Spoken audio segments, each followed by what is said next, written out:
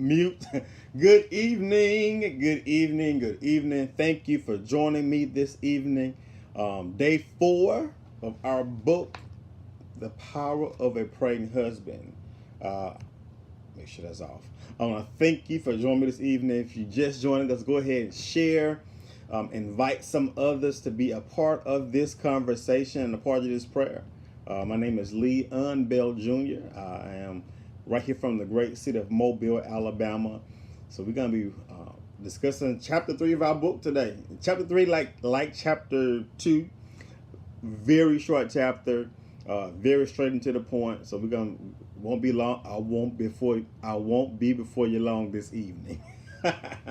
Tomorrow is Sunday. It's Pentecost Sunday, so I hope you're making your way to the church house tomorrow. They have a shameless plug, St. Joseph Baptist Church in Mobile, 661 South Broad Street, just in case you're looking for someone to worship tomorrow. We'd love to see you pop in at St. Joseph. All right. Go ahead and share. Tag some guys, tag some husbands. Go ahead and share and invite them to be a part of tonight's prayer. Like I said, it won't be before you long. I know it's a Saturday night, and man, you're probably watching a replay. And if you are watching a replay, do me a huge favor and hashtag replay anointing. We believe that the replay is just as anointed as the live. So go ahead and hashtag replay anointing if you are watching a replay. My name is Leon Bell Jr. from Mobile, Alabama. My wife and I have been married for 12 amazing years. This book that we're reading today, The Power of a Praying Husband, is actually a gift that we received for our wedding gift. So she does the ladies in the morning. So ladies, make sure you jump on at 6 a.m. Throughout the month of June. And the guys, you can join me every evening at 9 o'clock p.m. This chapter we have this evening, like I said, it's a real short chapter, literally like 3.5 pages. Her emotions. Her emotions. As we go through this month of prayer and reading this book, one of the things we always talk about each night is that this is being selfless.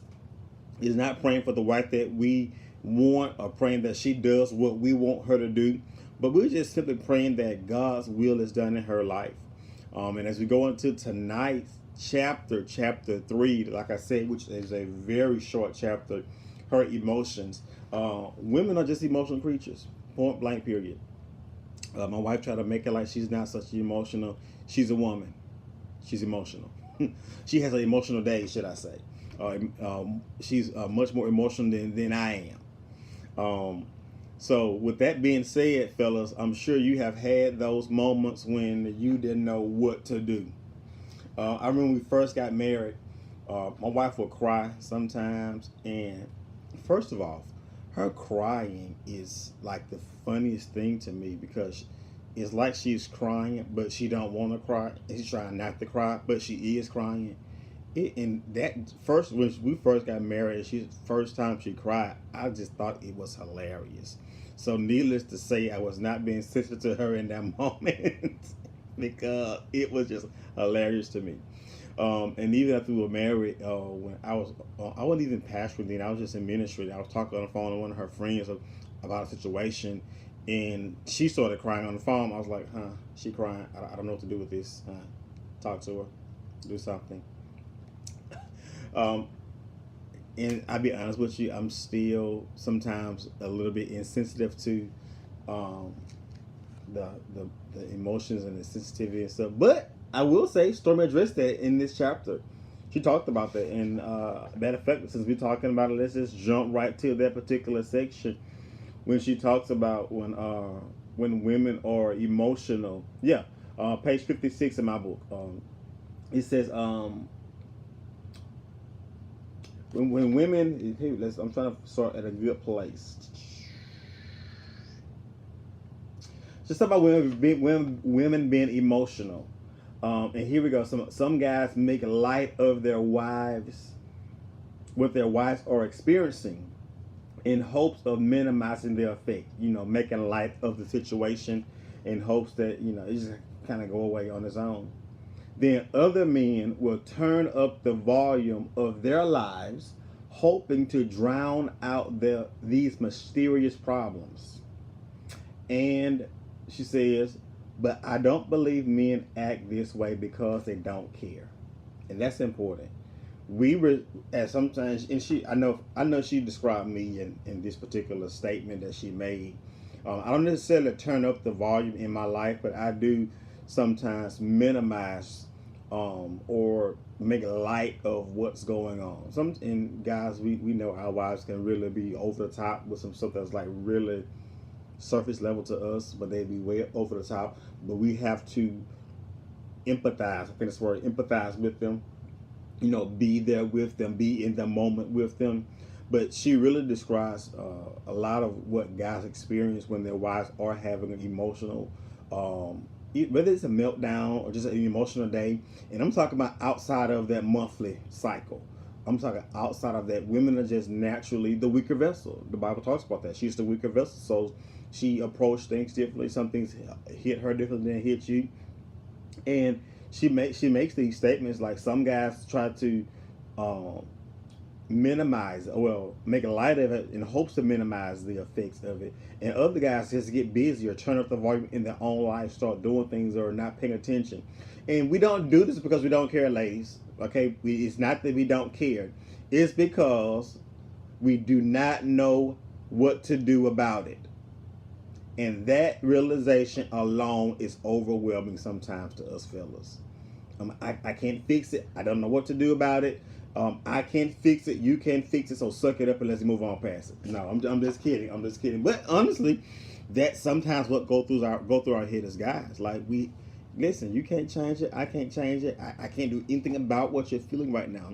But the biggest thing, fellas, is to empathize. Be there with them. Be there for them. Be in the moment with them. The Lord is still working on me with that. I'm telling my truth. The Lord is still working on me with that. I'm getting better. I'm getting much, much, much better. But we have to not minimize it, not downplay it, not get busy or ignore it. And if we're honest, fellas, sometimes we don't act.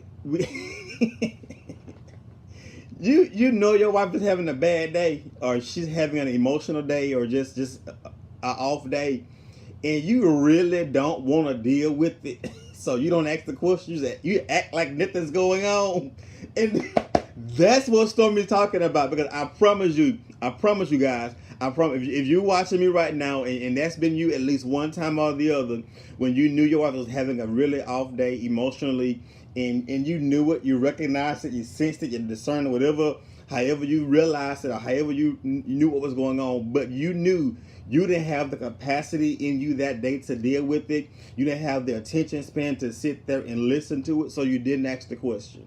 Or you didn't say, how was your day? You didn't say, how are you doing? Because you know it's not.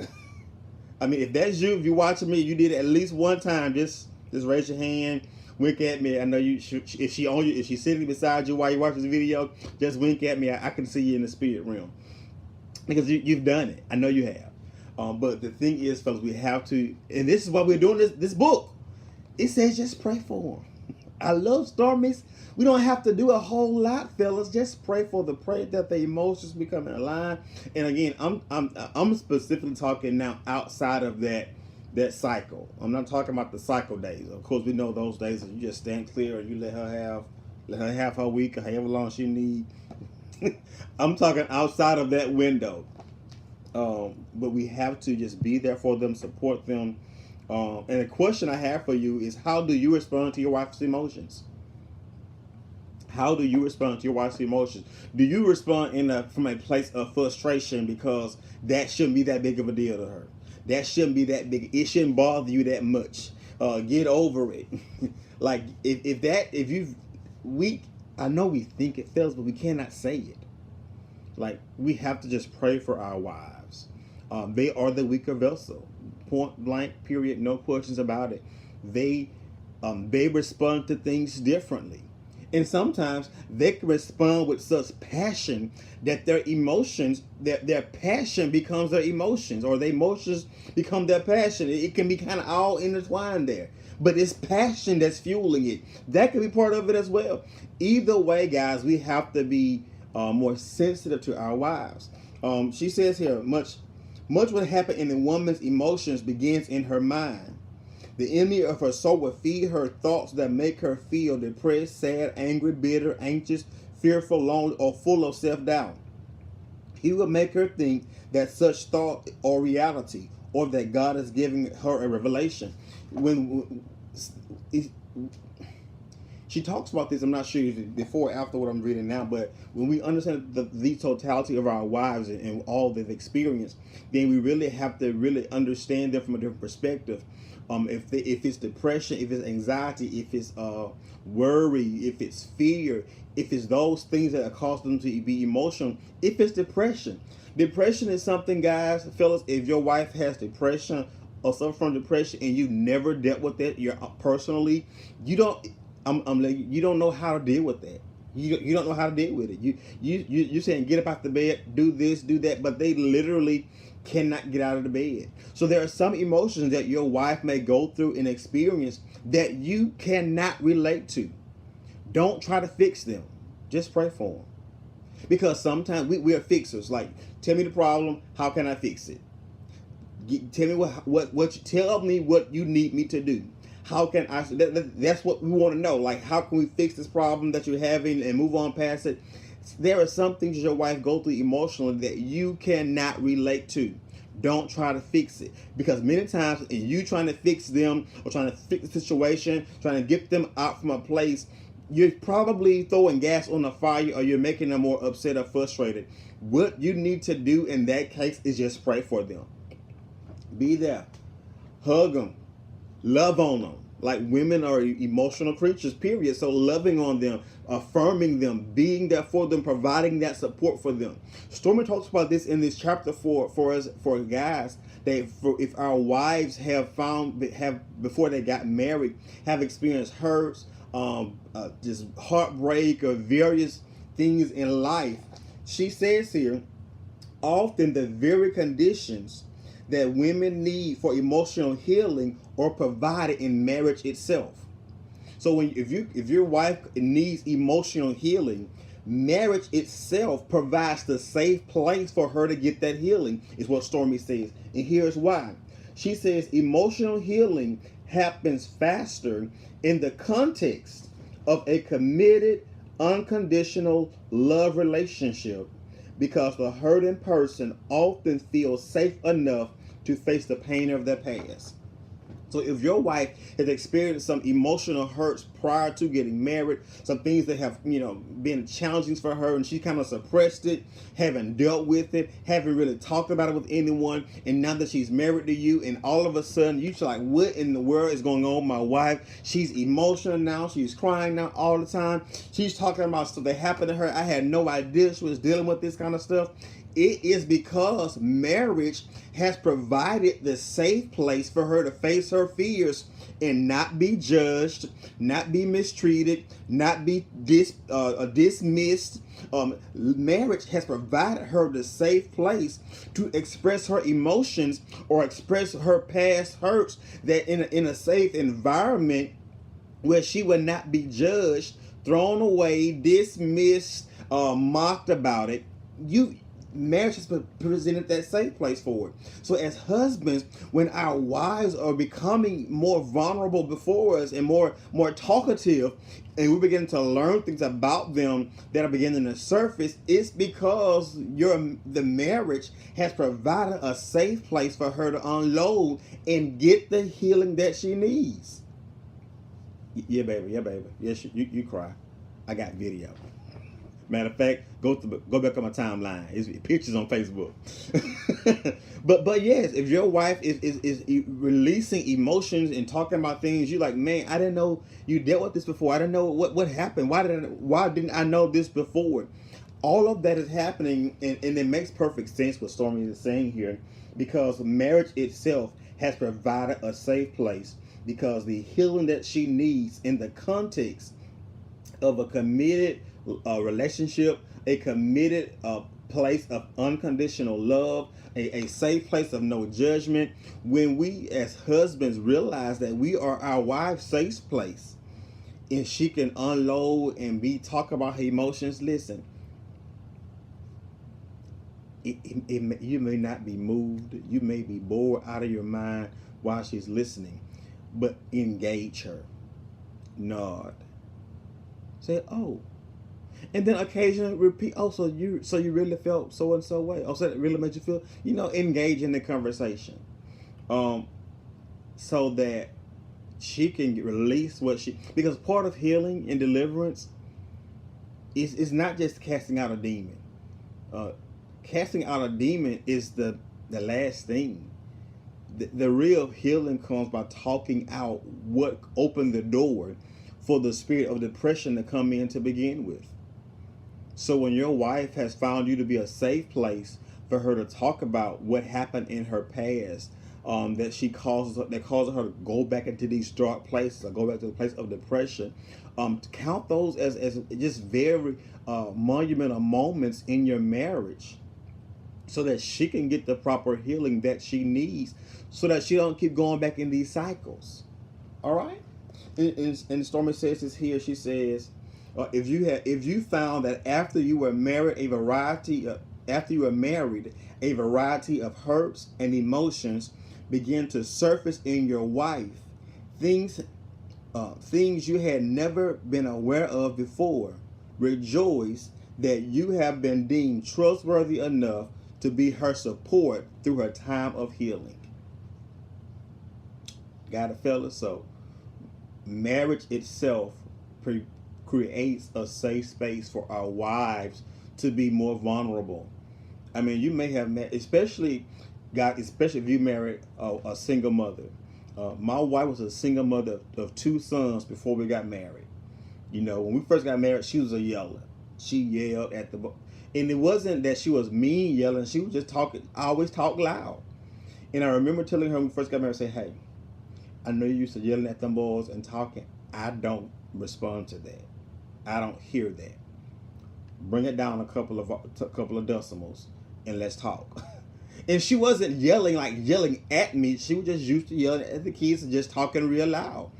And I was like, "Hey, I don't respond to that. That's not how you move me or motivate me. Like, bring it down." And I say that, so if you married a single mother, especially a single mother of young children, and she had to be firm, she had to be, do all this other stuff in the house and maintain the house, and she working and kids and that kind of stuff, then when she gets married, she doesn't have to be super mom. She can be a wife and just be, soft, emotional. So when she gets married, you may have married this single mother who was an independent woman, holding it down, doing big things, making it happen, and then you get married to her and she turns to a bucket of water, and you're like, "What in the world happened to the strong woman I married?"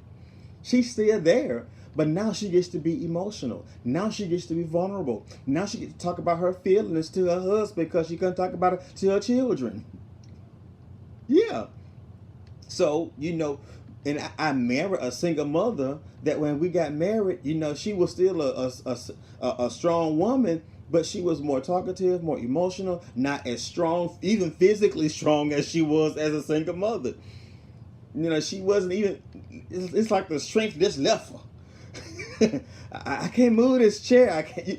You guys, you seen that TikTok video of the ladies, how they are when their husbands are around versus how they are when their husbands are not around. Yeah, that's how wives get when they get married to us. The same thing happens. So we have to, husbands, know that we become that safe space for our wives to be vulnerable. And I'm gonna let you in on a secret. Let her be vulnerable with you and tell you about her emotions and her feelings, so that you don't have a work husband to do all that too. Amen. Lights. Let her be emotional and vulnerable before you, and you sit there and you listen, you hold her hand, you pat her back, you rub her shoulder, so that her work husband does not get this emotional attachment to your wife, because she gets to vent to him about her emotions and her feelings because he listens. And now she has an emotional attachment, an emotional soul tie to her work husband. You better be her all around husband.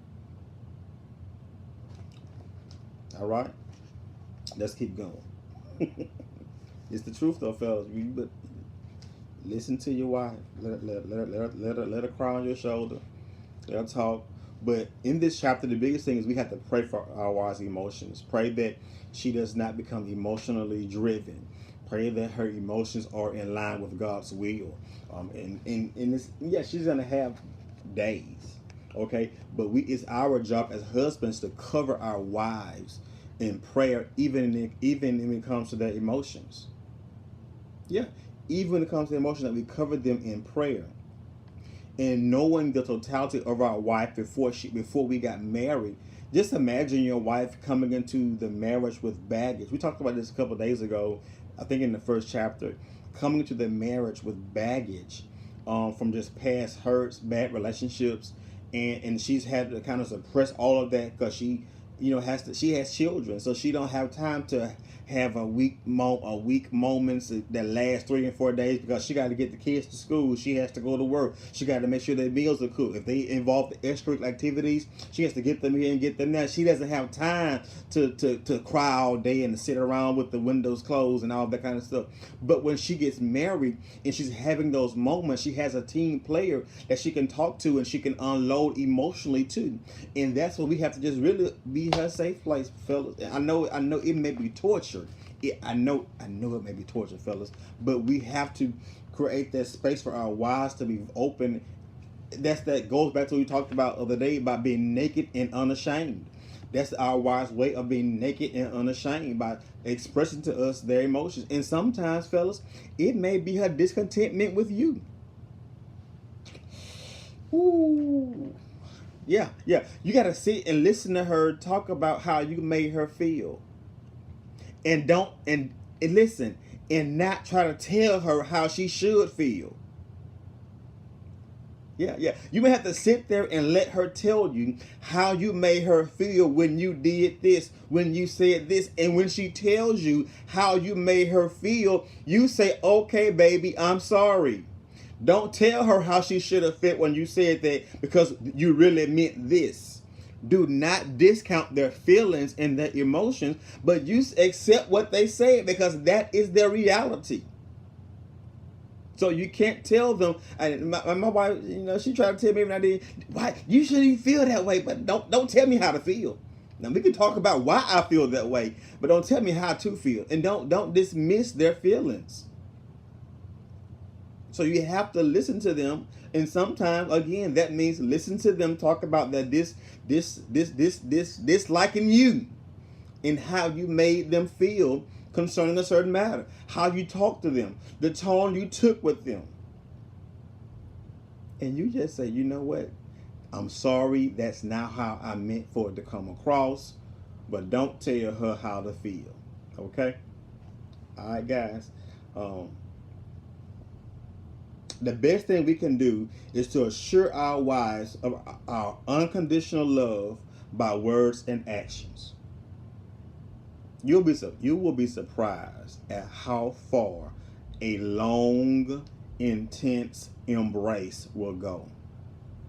When your wife is having an emotional day, you would be surprised at how far, and I'm not even talking about in the bedroom far. I'm just talking about how much your wife how much weight will be lifted off of her emotionally by just you stopping, take a moment, hug her, embrace her, whatever your wife's love language is. Stopping and just taking a moment with her. All right. My challenge, my challenge. I'm gonna tell you my challenge.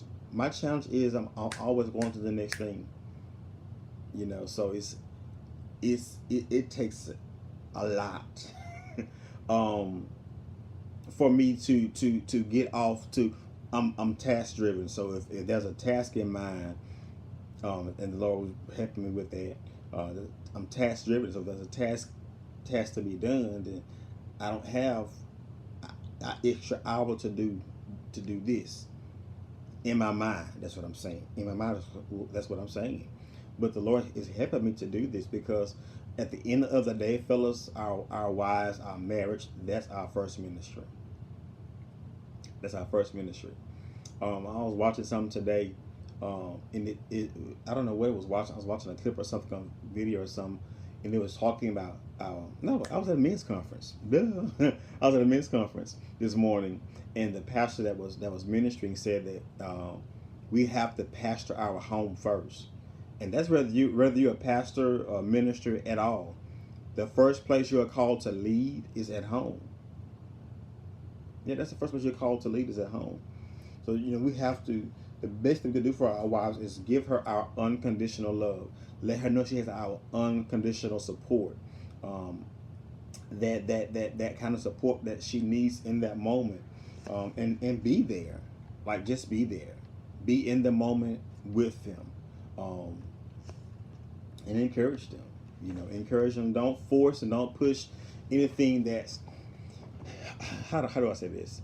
That's unnatural, but you want to be intentional. Okay, I'm gonna say it again. Don't force anything that's unnatural, but you want to be intentional. You want to let her know that you are there for her and with her, and praying that her emotions are not driving her. That's the biggest thing, because women can have a bad experience, and they'll be over the experience and moved on past it, but they got to tell their girlfriends about it, and got to tell both of their girlfriends about it. And the more they talk about the situation that they were over because y'all talked about it and y'all done squashed it, and it's kind of y'all kind of dealt with it at home, and y'all done settled it, but then she got to tell her girlfriend and got to tell her other girlfriend, and the more she retells this bad experience, it gets her all emotionally engaged again.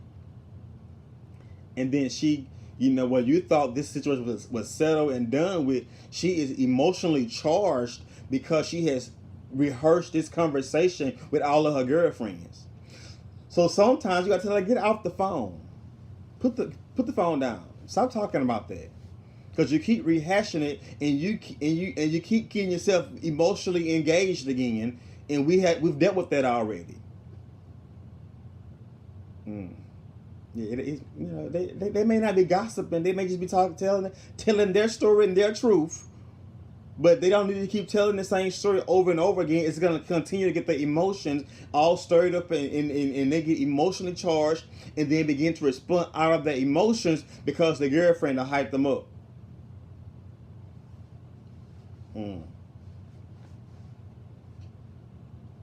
Yeah. So sometimes, guys, we just got to take some authority in the household. Hey, get off the phone. Get off the phone. Who you texting? What y'all talking about? I mean, it may sound crazy, and it's not that you're being jealous, but you have to protect her. We talked about this last night. You have to protect her when she don't see she's hurting herself, because after she done told that story 3 times, that she's mad all over again, like it just happened, and it happened last week. But she done talked about it 3 times today to 3 different people, and now she's mad all over again. So you have to take authority over that as the husband and as the head. Hey, get out the phone. Who you talking to?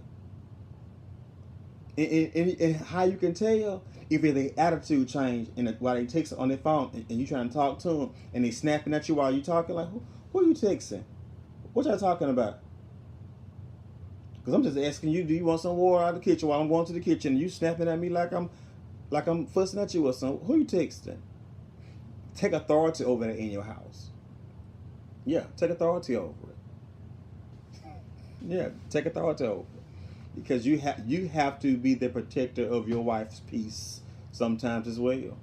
And that may mean sometimes not retelling the same story over and over again, just because she got to tell somebody else about it and get their opinion. And get their opinion about the matter.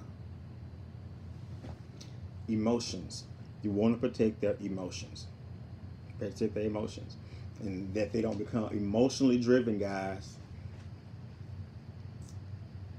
Praying about your response to what she is feeling is as important as praying for God to hear her emotions. Timing is everything.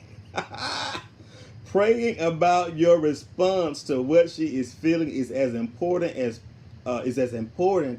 praying for God to hear her emotions. I can't tell you how many times I done put my foot in my mouth because my timing was off. I'm just telling my own truth.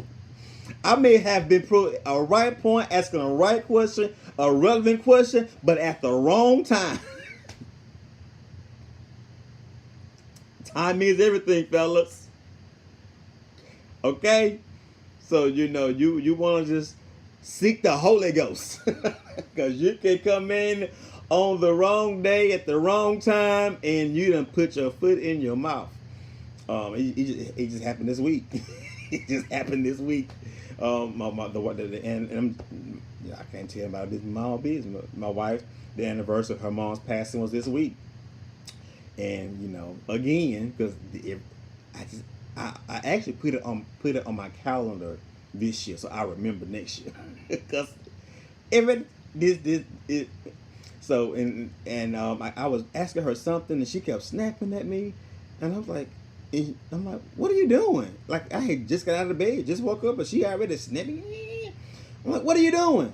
And I come in the room where she was, and she eyes all red, and I'm like, what is wrong with you this morning? I just got up. And she looks at me and shows me her. She said, nothing. I'm like, is something wrong with you? What is it? You're snapping. I'm just talking to you. And she's like, nothing. And I said, yes, it is. What is it? And she showed me her phone. She was making a post about the anniversary of her mom's death. And I just took my tail between my legs and went in the room, finished getting dressed, and then came back out and hugged her. Timing is everything, fellas. So listen, you just got to it's on my calendar now. I'm gonna remember June 2nd next year. But we have to realize that timing is everything. And sometimes us approaching situations out of our own frustrations only frustrates them more or makes them feel either further rejected or further wherever they are emotionally. Our tone with them doesn't make them feel any better. So again, timing is everything. So as we're praying for God to heal her and pray that she gets the healing that she needs, we also need to pray about, okay, God, when is the right time to talk about this? Because apparently this is a real problem, and I need you to lead me on when to talk about this. So that's it, fellas. That's it. That's it. That's it. That's it. That's it. That's it. What happened on June the 2nd? Yeah, and you was back in the post, and I was listening. I was trying to ask you a question. I was asking you a question about something, baby, and you was like, you were just snapping. I'm like, what is wrong with you? And I came in here, and you was all red in the face, and I'm like, you just got off your live. Why you snapping at me? You supposed to be praying for me this month. Yeah, foot in the mouth. So pray for her emotions this month, guys. Pray for her emotions this month. All right. So our confessions are this: she will enjoy emotional stability. She will enjoy emotional stability. She will have a clear, strong mind. She will have a clear, strong mind. She will not believe lies about herself. She will not believe lies about herself. She will not feel secure. Oh, she will. She will feel secure in your love. She will feel secure in your love. She will have the joy of the Lord. She will be able to understand her feelings. And she will live in peace. She will live in peace. In our book, she always has a husband to write something at the end of the chapter, because of course she writes this book. Her husband's not a writer, but she has other guys to write a story in the book. And I like this guy, this Pastor Jack. He writes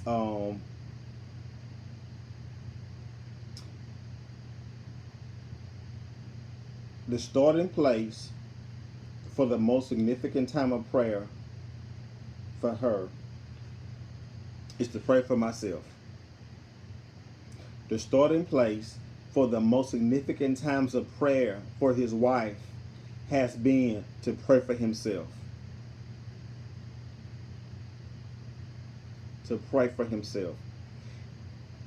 To pray that I might perceive her task as she sees it, in order to appropriately stand with her as a support, someone who understands the emotions that she is feeling and the nature of the challenge as she senses it from her viewpoint. Pray for myself that I might perceive her task as she sees it. Because we can look at something our wives, or the task she's trying to do or attempting to do or coming up to, and we can see how it can be so much easier this way, and we can be a frustration to her because she perceives it and seeing it so differently.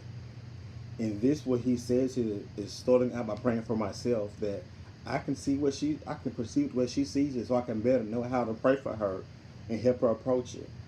To pray that I may be patient and gracious, feeling with her as the same way that Jesus is touched with the feeling of my weakness. So, and I just that really stood out to me, that he starts out some of the most significant prayers he prayed for his wife is by first praying for himself, to be able to see things the way she sees it, to be more gracious and compassionate towards her. I can't tell you how many times I prayed for myself when I'm frustrated with my wife for whatever reason it is. Okay, God, I need you to help me. Like, I need you to help me to see what I'm missing in this. Like, help me. And I have prayed this prayer quite often, because I want to see it from a different perspective. Maybe I'm just not seeing it from the lens that she sees it from.